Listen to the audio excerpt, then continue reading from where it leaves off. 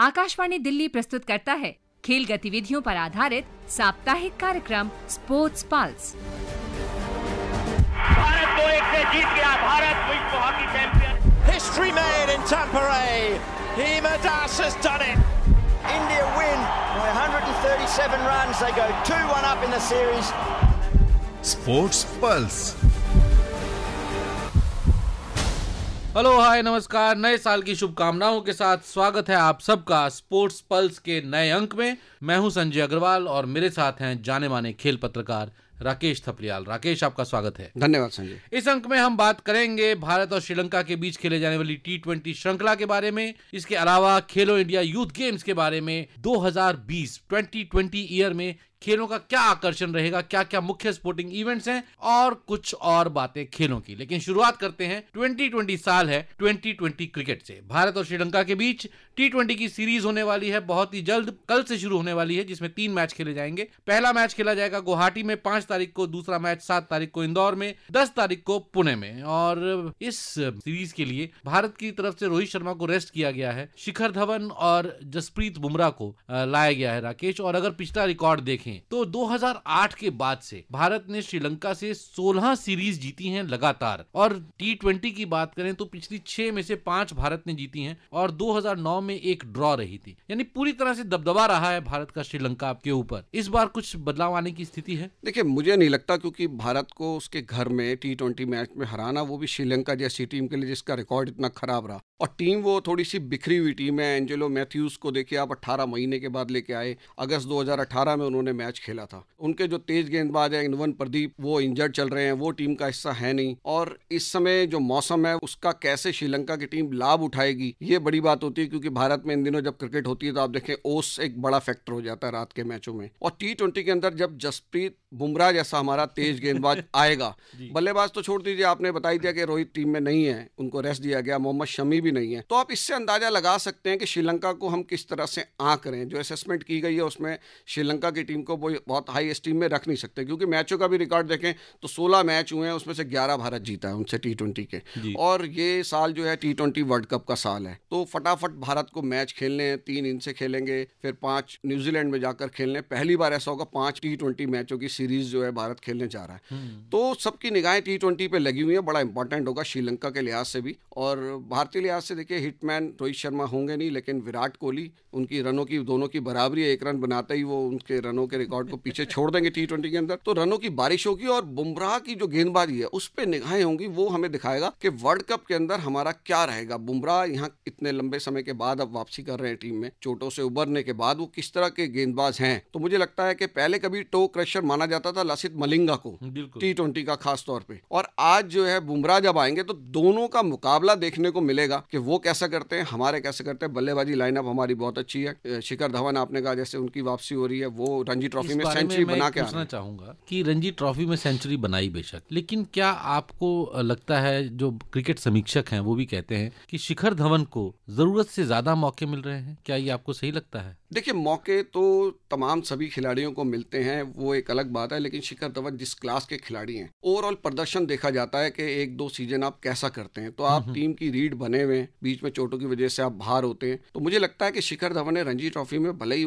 4 दिन 5 दिन के मैच में अगर आप रन बनाते हैं, T20 से उसकी तुलना उतनी नहीं की जा सकती, लेकिन आप फॉर्म में हैं अगर आपने सेंचुरी बनाई है क्रिकेट में तो मुझे लगता है कि वो शायद अच्छी फॉर्म को लेकर यहाँ कैरी करेंगे। और हमें वर्ल्ड कप की टीम बनानी है, तो वो यहाँ से पता चल जाएगा कि शिखर धवन वर्ल्ड कप की टीम में रहेंगे या नहीं रहेंगे। आपने रणजी ट्रॉफी की बात की बहुत ही संक्षेप में, अब चौथा सत्र शुरू हुआ है, क्या रहेगा इस समय और क्या कुछ हुआ है अभी तक? देखिए, रणजी ट्रॉफी में अगर देखें तो जो पिछली चैंपियन विदर्भ की टीम है वो चौथे नंबर पे चल रही है। पंजाब की टीम जो है टॉप पे चल रही है 3 मैचों में 17 अंक लेकर। और जो सबसे बड़ा उलटफेर पिछले 3 राउंड में हमने देखा कि रेलवे की टीम ने पहली बार 41 बार की चैंपियन मुंबई की टीम को आउटराइट हराया। ये एक ऐतिहासिक चीज है। शुरुआती दौर में मतलब ऐसे बदलाव देखने को मिल रहे हैं। प्लेट ग्रुप में भी देखें तो पांडिचेरी टॉप में चल रही है 21 अंक लेकर, बिहार की टीम वो 8वें नंबर पर है, ओडिशा जो है वो ग्रुप सी में 21 अंक लेकर टॉप पे है 3 मैचों में। तो जो चैंपियन टीमें होती थी वो अभी तक थोड़ी सी पिछड़ी हुई नजर आ रही हैं। लेकिन ये भारतीय क्रिकेट के लिए अच्छा संकेत है कि अब सब राज्यों में अगर क्रिकेट की बात करें तो क्वालिटी ऑफ प्लेयर्स जो है वो बेहतर हुआ है पहले से। बिल्कुल अब बेहतर हुआ है। और आप देखिए पंजाब के अगर मनदीप सिंह की बात करें तो जबरदस्त बल्लेबाजी कर रहे हैं, डबल सेंचुरी भी बना चुके हैं, सेंचुरी बना चुके हैं, हाफ सेंचुरी भी। तो एक ऐसा उभरते हुए जो बल्लेबाज जब अच्छा करते हैं तो बड़ा अच्छा देखने को मिलता है। तो अब बात करते हैं खेलो इंडिया यूथ गेम्स की। थर्ड खेलो इंडिया यूथ गेम्स गुवाहाटी में 10 से 22 जनवरी को होंगे। इसमें 20 इवेंट्स में मुकाबले होंगे अंडर 17 और अंडर 21 कैटेगरी में। साइकिलिंग और लॉन बॉल्स को पहली बार शामिल किया गया है। जिम्नास्टिक्स, कबड्डी और वॉलीबॉल के मुकाबले एक दिन पहले ही यानी 9 जनवरी से शुरू हो जाएंगे और 10,000 से ज्यादा एथलीट्स 451 मेडल्स के लिए compete करेंगे 13 दिन के इस खेल यज्ञ में। और पिछले 2 एडिशंस में हरियाणा, महाराष्ट्र और दिल्ली का दबदबा रहा है। क्या है इसके बारे में विजन भारत सरकार की? आइए सुनते हैं union youth affairs and sports minister Shri Kiran Rijiju से। मुझे लगता है कि ये खेलो इंडिया 2020 यूथ गेम्स गुवाहाटी देश के लिए एक मिसाल होगा और आने वाला दिन तक सब याद रखेगा कि अगर भारत में कोई गेम्स आयोजित करना है तो गुवाहाटी जैसे करना चाहिए। हमारा एक सपना है कि ओलंपिक्स में, एशियन गेम्स और विश्व के जितना भी चैंपियनशिप होता है हमारा भारत का नाम रोशन हो। हमने इंडियन ओलंपिक एसोसिएशन और पूरा भारत के जो खेल संघ है, स्पोर्ट्स फेडरेशंस, हमने एक लक्ष्य रखा है 2024-2028 के लिए। 2020 का टोक्यो ओलंपिक्स के लिए एक लक्ष्य रखा है, लेकिन टोक्यो ओलंपिक्स हमारे लिए अभी बहुत सामने में है, इसलिए एक लिमिटेड साधन है। लेकिन 2024 पेरिस ओलंपिक्स और 2028 लॉस एंजलिस जो अमेरिका में होगा ओलंपिक्स, उसके लिए तैयारी हमारा खेल मंत्रालय, स्पोर्ट्स अथॉरिटी ऑफ इंडिया और मेरे खुद निगरानी में 2028 का भी तैयारी हमने अभी से शुरू किया हुआ है। हमारा एक लक्ष्य होना चाहिए खेल के क्षेत्र में, ओलंपिक्स में आगे जाकर के 2028 के बाद भी हम विश्व के पटल पर जो मेडल काउंट करते हैं तो भारत का मेडल दुनिया का टॉप 10 में आना चाहिए, ये हमारा लक्ष्य है। जैसा union youth affairs and sports minister Rijiju ने बोला, काफी इसके ऊपर थ्रस्ट है भारत सरकार का कि यूथ गेम से भविष्य के चैंपियन निकालने हैं। आपको क्या लगता है पहले 2 एडिशंस देखकर कि क्या वाकई हमें कुछ अच्छे खिलाड़ी मिल रहे हैं? देखिए बहुत ज़बरदस्त, मुझे नहीं लगता कि किसी और देश में स्कूली और कॉलेज लेवल पे इतने ज़बरदस्त खेल हो रहे हो। इस बार का तो जो बजट है वो 104 करोड़ का बजट रखा गया है। नए नए स्टेडियम बनाए गए और पुराने स्टेडियमों को एकदम नया रूप दिया गया और ऐसा बहुत कम देखने को मिलता है हिंदुस्तान में किसी डोमेस्टिक इवेंट में इतना खर्चा किया जाए। सब कुछ अंतर्राष्ट्रीय स्तर का, स्टेडियम अंतर्राष्ट्रीय स्तर के, जजेस अंतर्राष्ट्रीय स्तर के होंगे और ड्रेसेस अंतर्राष्ट्रीय स्तर की, खाना पीना अंतर्राष्ट्रीय स्तर का, और इस बार तो फ्लाइट से खिलाड़ियों को लाने की व्यवस्था भी की गई है। मतलब इतना ज़बरदस्त खर्चा मैंने तो आज तक कभी किसी डोमेस्टिक इवेंट में स्कूल और कॉलेज लेवल की में कभी देखा नहीं है। तो ये हमारे खेल प्रेमी प्रधानमंत्री श्री नरेंद्र मोदी जी का विज़न है कि कैच देम यंग, इसका इतना बड़ा इम्पैक्ट पड़ा है पहले साल से ही स्कूली बच्चों के अंदर। और उसके बाद देखिए हर साल इसमें कुछ कुछ किया गया। पहले साल 16 गेम थी, दूसरे साल 18 गेम हुई, तीसरे साल में 20 गेम हो गई हैं और दूसरे साल में यूथ गेम्स कर दिए गए, कॉलेज लेवल के खिलाड़ियों को भी अंडर 21 के जोड़ दिया गया। एक दिन मैंने रिजिजू साहब का इंटरव्यू किया था तो उनसे पूछा कि इस बार क्या नया करेंगे, तो उन्होंने कहा इस बार हम कैश प्राइज भी इसमें देंगे जो विजेता होंगे। तो ऐसा सुनने में आ रहा है कि 1000 खिलाड़ी जो होंगे चुने जाएंगे टैलेंटेड और उनको 50,000 रुपये मिलेगा हर एक को। और जो पहले की योजना है उसके हिसाब से 8 साल तक जो टैलेंटेड खिलाड़ी इसमें से चुने जाएंगे उनको 5-5 लाख रुपए हर साल मिलेंगे। 1,20,000 रुपया उनके अकाउंट में डायरेक्ट डाला जाएगा उनके पॉकेट मनी के रूप में। तो ऐसा तो कभी स्कूल और कॉलेज लेवल पे देखा नहीं गया। खिलाड़ियों में इतना उत्साह, और जहां तक आपने बात की कि कैसा टैलेंट आ रहा है, आप देखिए शूटर सौरभ चौधरी जूनियर होते हुए सीनियर लेवल पे वर्ल्ड कप तक में मेडल उन्होंने शूटिंग में जीत लिए। मनु भाकर, वो सब इन्हीं खेलों में खेलते हुए आगे बढ़े और इन खेलों में खेलते हुए भी जीते और सीनियर लेवल पे वर्ल्ड कप जैसे टूर्नामेंटों में वो शूटिंग में पदक ला रहे हैं। ऐसी तमाम खेलों में हमें खिलाड़ी हैं, जो कुछ खिलाड़ी तो टोक्यो ओलंपिक में हमारे चमकते हुए दिखाई देंगे। इसके तहत अकेडमीज भी खोली जा रही हैं। इसके तहत जो एक 12 बिंदु का प्लान है कि स्टेडियम बनाए जाए, स्टेडियम में सामुदायिक कोचिंग का भी सिस्टम चले, खेलों का विकास हो, कोचिंग का विकास हो और प्रतिभाशाली खिलाड़ी जो इसमें अच्छा करता है उसकी सबसे बड़ी बात यह है कि उसको आगे ओलंपिक की सोच के साथ खिलाड़ी का ध्यान रखा जाता है, उसको वैसी ट्रेनिंग उसको उपलब्ध कराई जाती है, उसको वो सुविधाएं दी जाती है जो आज तक नहीं था। 3 साल पहले तक ऐसी व्यवस्था नहीं थी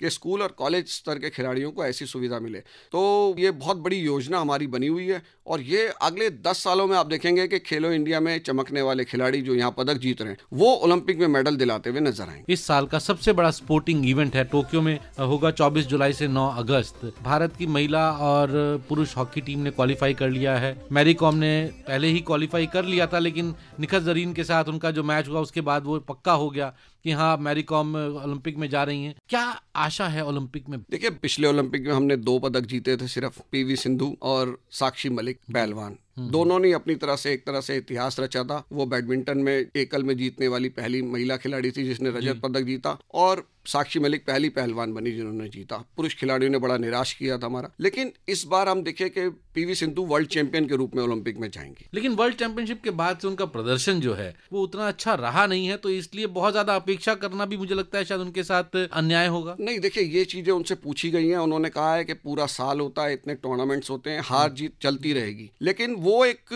बड़े मंच की खिलाड़ी बन गई हैं। ये उन्होंने दिखाया है कि जब वो ओलंपिक में गई थी किसी ने नहीं सोचा था कि ये रजत पदक जीत के आएंगी। तो इसी तरह ओलंपिक्स में इस बार उनका टारगेट गोल्ड मेडल जीतने का है। पहले वो ब्रोंज मेडल जीतती थी तमाम चैंपियनशिपों में, वर्ल्ड चैंपियनशिप और दूसरी, फिर उन्होंने रजत पदक जीतने शुरू करे और अब गोल्ड मेडल वर्ल्ड चैंपियनशिप में तो आ गया। अब ये ओलंपिक की तरफ उन्होंने बढ़ना है गोल्ड मेडल का, तो वो उनका एक इस तरीके से रिकॉर्ड रहा। शूटर हमारे सबसे ज्यादा 15 शूटरों ने क्वालिफाई किया, 15 वहां पर गोल्ड मेडल दाव पर होंगे और 15 हमारे शूटर क्वालिफाई कर चुके हैं। तो शूटिंग से बहुत बड़ी उम्मीदें हमारे पास हैं। जैसा मैंने बताया, मनु भाकर, सौरभ चौधरी, ऐसे शूटर जो युवा शूटर हैं और ये लगातार इंटरनेशनल सर्किट में बेहतरीन प्रदर्शन कर रहे हैं। ये किसी और को जीतने ही नहीं दे रहे। बहुत इवेंट्स में ऐसा हो रहा है कि 1 और 2 सिल्वर और गोल्ड दोनों हिंदुस्तानियों के, ऐसा पहले शूटिंग में नहीं देखने को मिलता था। रेसलिंग में हमारे 4 क्वालिफाई कर चुके हैं, लेकिन अभी भी देखिए कि बहुत कम खेलों में हमारे खिलाड़ियों ने क्वालिफाई किया है। हॉकी में अगर आप बात करें तो जो महिला खिलाड़ी हैं उन्होंने लगातार दूसरे ओलंपिक में क्वालिफाई किया है। हमारी रैंकिंग 9 थी, लेकिन हमारे पूल में क्या है, चैंपियन ब्रिटेन भी है और वर्ल्ड की नंबर 1 टीम नीदरलैंड्स भी है। दोनों ही पुरुष में और महिला दोनों में। तो पुरुष में भी ऐसा ही है कि हमारे पास वर्ल्ड की नंबर 1 की टीम ऑस्ट्रेलिया भी है और जो है ओलंपिक चैंपियन टीम भी अर्जेंटीना हमारे पास है। राकेश, लेकिन पुरुष टीम के पास एक मौका रहेगा जो FIH प्रो लीग हो रही है 18 जनवरी से 28 जून तक, जिसमें कि Bharat, Belgium, Australia, Netherlands, Germany, great Britain, Argentina, New Zealand, Spain, यानी विश्व की जितनी भी टॉप टीम्स हैं उसके साथ खेलेगा।